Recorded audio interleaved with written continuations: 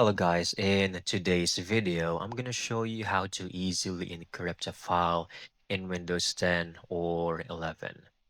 Let's begin. First, I want you to open up your File Explorer. You can type File Explorer on your Windows Start menu. And once you've opened it, I want you to select that specific file you would like to encrypt. Okay, it could be a file, an individual file, or it could be an entire folder, right? Just say, for example, this I would like to encrypt. You can right click on it and go to Properties.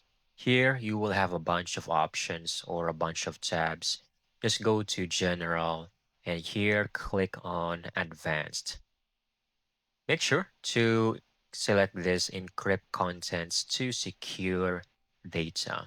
So click it. Okay.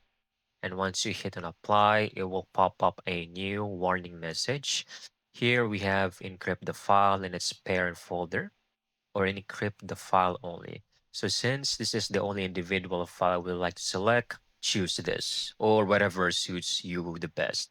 All right. So click on OK. And then here, click on OK again. You will receive a notification, a pop-up in here to back up your files, which is recommended by Windows or Microsoft. You can do that or leave it as it be.